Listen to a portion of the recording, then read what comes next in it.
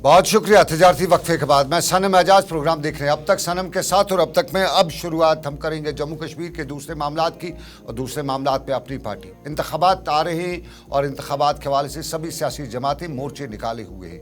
अपनी पार्टी भी दावा करी है कि जम्मू कश्मीर की सभी नशस्तों पर वो इंतखाबात लड़ेगी और श्रीनगर में भी आज पार्टी हेडक्वार्टर पर एक मीटिंग के दौरान इंतखाबात पर ही जोर दिया गया। पार्लियामेंट के इंतखाबात हुए, असम्बली के इंतखाबात, बात इंतखाबात की और बताया जा रहा है कि जो भी इंतखाबात होंगे किसी के लिए मौका जगह खाली नहीं रखी जाएगी। तो इसी में मोहम्मद अशरफ मीर से लेकर दूसरे लीडरान ने आज पार्टी कारकुनान को आने वाले दिनों की तैयारी की बात भी की, लेकिन इसी तैयारी में रफ़ी मीर ने बाद में मीडिया से बात करते हुए बताया कि इंतखाबात है और इन इंतखाबात में अपनी पार्टी अपने दम पे लड़ेगी। ज़रा सुनिएगा मोहम्मद रफ़ी मीर क्या बता रहे हैं और उसके बाद हकीम मोहम्मद यासीन का तजिया भी करेंगे। पार्लियामेंट्री सेगमेंट जो है श्रीनगर का, इसके चीता वर्कर्स की हमारी मीटिंग थी। हमने वर्कर्स को ये हिदायत दी है एक कि वो लोगों तक पहुँचे और लोगों के मसाइल का जायज़ा लें, हम किस हद तक लोगों की मदद कर सकते हैं और आने वाले इंतखाबात में हमने उसकी तैयारी करनी है। लेकिन हकीम मोहम्मद यासीन और हकीम मोहम्मद यासीन पीडीएफ के सरबराह हैं और हकीम मोहम्मद यासीन ने आज बडगाम के इलाके में अपने कारकुनान की मीटिंग बुलाई थी। मीटिंग छोटी ही सही, लेकिन बात इंतखाबात की थी और इन इंतखाबात में तीर भी थे, तरकश भी थे और तीर जो थे वो यहाँ की सियासी जमातों पे चलाए जा रहे थे। नेशनल कॉन्फ्रेंस का नाम नहीं लिया, पीडीपी का नाम नहीं लिया, लेकिन बता दिया कि वो जमातों ने क्या किया। हकीम मोहम्मद यासीन ने इल्ज़ाम आयद करते हुए बताया कि वो सरकारें, वो जमातें, उन्होंने यहाँ की आवाम का कभी सोचा नहीं, यहाँ के 370 का भी उन्हें जिक्र किया, कभी जब उनके पास था तो तब उसका इलाज नहीं किया। अब जो है अब पछताए क्या हो जब चिड़िया चुग गई है खेत। मोहम्मद यासीन हकीम मोहम्मद यासीन बता रहे थे जम्मू कश्मीर की सियासत में पार्लिमानी इंतखाबात के हवाले से और यहाँ के अलायंस से लेके दूसरे मामलात के हवाले से। तो सुनिए हकीम मोहम्मद यासीन की क्या हिकमत है पार्लियामेंट का। और अभी बड़ी पार्टियों को जो बड़े दावे करते हैं इत्तेहाद के, इत्तेफाक के, आप देख रहे हैं कि अभी आपस में वो एक दूसरे के साथ किसी नतीजे पर नहीं पहुँचे। तो हमारी भी एक पार्टी है, हमारा भी हक है पार्लियामेंट में अपना रोल अदा करने का। जब मौका आएगा इंशाल्लाह उस वक्त हम आपके सामने सारी सिचुएशन। हकीम मोहम्मद यासीन की हिकमत के हम भी हैं मैदान में, हम भी हैं। और हकीम मोहम्मद यासीन ये बडगाम में आज बता रहे थे। लेकिन अब कश्तवाड़ का मामला आपको बताते चले। कश्तवाड़ में कल मामला हुआ था। कल डीसी गया था, डीसी ने अस्पताल में मेडिकल स्टूडेंट को नहीं देखा कश्तवाड़ के डिस्ट्रिक्ट अस्पताल में और उसके बाद उन्होंने फटाफट अपनी कलम का इस्तेमाल किया, डीसी को सस्पेंड कर दिया। कल डीसी सस्पेंड हुआ, माफ़ कीजिएगा, कल उन्होंने मेडिकल स्टूडेंट को डीसी ने सस्पेंड कर दिया। युद्धवीर सिंह कोतवाल medical student Kishtwar district hospital के, और उनको जब सस्पेंड किया तो आज जब सुबह मुलाजिम पहुंचे तो मुलाजिमों ने कहा कि माई बाप वो तो उस दिन हड़ताल पे नहीं थे, वो तो घर पे थे, लेकिन घर बाज़ाब्ता तौर पे परमिशन लेके गए थे, उन्होंने लीव डाली थी, ऑलरेडी लीव सैंक्शन थी उनकी, और इस चीज़ को लेके हंगामा बरपा हुआ। मुलाजमी ने कहा कि तहकीकात तो आप करिए, लेकिन इस चीज़ की तहकीकात करिए कि क्या मुलाजिम ड्यूटी पे जाए, छुट्टी पे जाए तो उसको सस्पेंड किया जा सकता है। तो इस चीज़ को लेकर आज उन्हें काम ही नहीं किया सुबह सुबह, और जब काम नहीं किया तो बात आगे तक निकल गई तो इंतज़ामिया के अहदेदार भी पहुँचे और मुलाजमीन ने बताया कि भाई ऐसा तो नहीं चलेगा। माना ये दूर दराज के इलाका है, माना यहाँ पे मीडिया या दूसरे लोगों की इतनी नज़र नहीं है, लेकिन फिर भी तो है, हम बात कहीं तक पहुँचा सकते हैं और इस बात पहुँचाने के लिए उनके पास हड़ताल का बड़ा ज़रिया है, बड़ा हथियार भी है। तो हड़ताल की और हड़ताल के बाद पूरा निज़ाम जो है डिस्ट्रिक्ट हॉस्पिटल का ठप होकर रह गया, और जब सारा निज़ाम ठप हुआ तो लोगों ने में भी हाहाकार मची, तो लोग भी इंतज़ामिया तक पहुँचे कि भाई क्या हो गया, क्या कर दिया। तो इंतज़ामिया मौके पर पहुंची, गुफ्त शनीद की, और गुफ्त शनीद के बाद इंतज़ामिया ने बोला, वो क्या बोला उन्हें वो आपको बाद में बताएंगे। पहले सुनिएगा कि हड़ताली मुलाजिम क्या बता रहे थे। बड़ी बदकिस्मती की बात है कि 19 तारीख को डीसी साहब अपने ऑफिस से एक ऑर्डर लेके यहाँ पे आ रहे हैं और वो हमारे सुप्रिटेंडेंट साहब को सस्पेंड किया गया।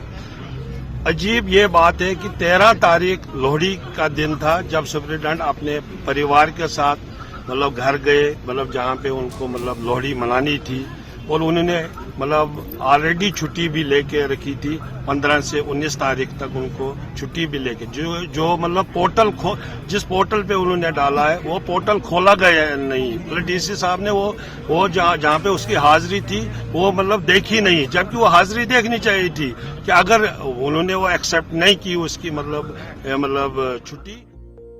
तो ये मुलाजमीन की बात ही कहते थे कि बाज़ाब्ता तौर पे पोर्टल पे है, वेबसाइट पे है, तो फिर ये क्यों नहीं देखा और बिना देखे ऐसा फरमान जारी कर दिया, जिससे बेइज्जती भी हुई और मेंटल प्रेशर भी हुआ, मेंटल डिप्रेशन भी हुआ और इन हालात में काम नहीं किया जा सकता, ये वो बता रहे थे। लेकिन इंतज़ामिया भी पहुंची वहाँ पे और इंक्वायरी अफसर भी पहुंचे और इंतज़ामिया ने यहाँ पहुँच के मुलाजमीन से बात की, बोला मिस कम्युनिकेशन गैप कहीं रह गई है।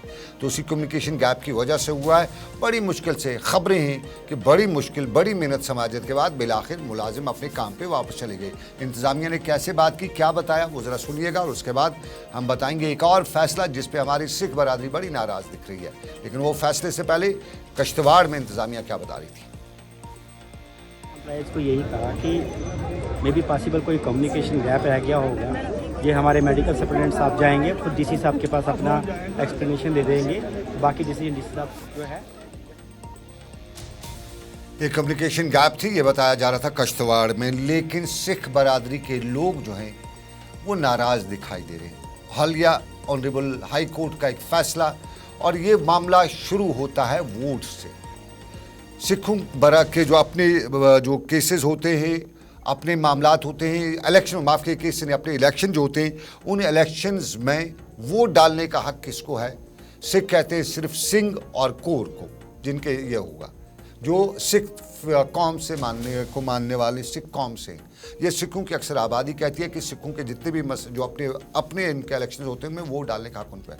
लेकिन कहा जाता है कि ऑनरेबल हाई कोर्ट का एक फैसला आया है और उस पर सिख बरादरी के लोग आज नाराज़ दिखाई दे रहे थे और बाज़ाब्ता तौर पे सिख बरादरी के कई लीडरान ने, जिनमें सरदार सिंह चन्नी हैं या उसके साथ दूसरे लीडरान हैं, वो उनका ये भी कहना था। और बारामूला में आज बाज़ाब्ता तौर पे गुरुद्वारा प्रबंधक कमेटी ने एक प्रेस कॉन्फ्रेंस भी की और इस प्रेस कॉन्फ्रेंस में इस फैसले को बदकिस्मती का बताते हुए बताया कि पहले तो ये मामला जो है ये सिखों का इंटरनल मामला था, कोर्ट में नहीं जाना चाहिए था, लेकिन अब ऐसा भी हुआ है तो उसके बाद ये मामला जो है ज़रा बढ़ गया है। तो इस मामले में उन्होंने कहा, सिख बरादरी कहते हैं कि उस फैसले के लिए वो रिव्यू पिटिशन होगी, करेटिव पिटिशन होगी या दूसरे बेंच में ही अदालत तक, बड़ी सुप्रीम कोर्ट तक भी जाना पड़े, वो जाएंगे और ये फैसला जो है सिख कौम में तफरका डालने का है, उनका इससे तफरका पड़ेगा।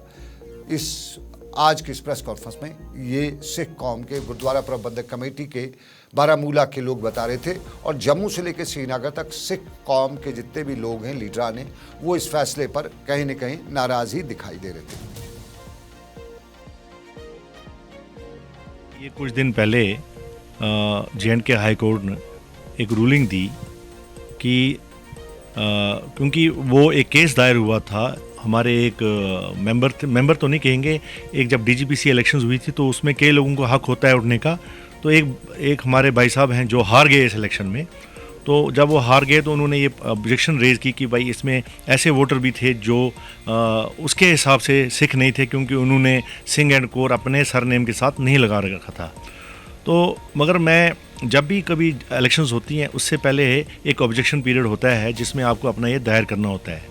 जब वो शख्स हार गया तो उसने ये मुनासिब समझा कि अब मैं केस करूं। अगर वो जी जाता शायद ये केस आज तक ना हुआ होता। तो मुझे लगता है कहीं हमारे भी जो लोग हैं उनको भी इस चीज़ से परहेज़ करना चाहिए ताकि ऐसे कंट्रोवर्सी उठे ना। तो जब ये केस हाई कोर्ट में पहुंचा तो जज साहब ने थोड़ी, मुझे लगता है कि मामला अदालत तक पहुंचा है और अदालत के बाद जो फैसला उस पर साफ ज़ाहिर है हर इंसान को, हर तंजीम को, हर को कानून में हक हासिल है को फैसले के खिलाफ दूसरी अदालत में जा सकता है। सिख बरादरी के लोग नाराज़ भी हैं लेकिन दूसरी अदालत का दरवाज़ा खटखटाने को तैयार भी बैठे हैं। रिव्यू पिटिशन वगैरह जो होती है वो प्रोसेस, जो लीगल प्रोसेस होती है उसके लिए तैयार बैठे हैं। लेकिन तैयारी हमें भी करनी है, हमारी सरकार को भी करनी है, हमारी जो इंडिया फ्लड कंट्रोल डिपार्टमेंट है उनको भी तैयारी करनी है। हम एक बड़े तूफान से दो चार होने जा रहे हैं, लेकिन उसी तूफान के पस मंज़र में आज chief engineer irrigation and flood control Naresh Kumar engineer ने पुलवामा के डिविजनल ऑफिस बिल्डिंग का एक तरफ तो इफ्ताह भी किया, साथ साथ में दरियाओं और बाकी जो वाटर बॉडीज़ है उनकी सूरत हाल का भी जायजा लिया। पुलवामा में अपने दौरे के दौरान उन्होंने इंजीनियरों से लेकर आम आबादी तक की जोर दिया कि मौसम जो है पिछले 50 दिनों में बारिश का एक कतरा नहीं हुआ है, तो आप खुद अंदाज़ा कीजिएगा कि हमारे यहाँ पानी की लेवल कहाँ होगी। लेकिन उस लेवल के लिए भी हम कहीं ना कहीं जिम्मेदार हैं। हमारी जो वाटर बॉडीज़ हैं, हमारे जो नदी नाले हैं, हमारा जो दरियाई जहलम है, उस पर कहीं हमने कब्ज़ा किया, कहीं हमने उसका इधर से उधर कर दिया। और इस वक्त हम इस तूफ़ान के दौरान भी अपने आप को एक तरह से एक अच्छा शहरी, एक अच्छा इंसान होने का सबूत दे सकते हैं। हमें इकदाम उठाने चाहिए अपनी वाटर बॉडीज़ को बचाने के लिए।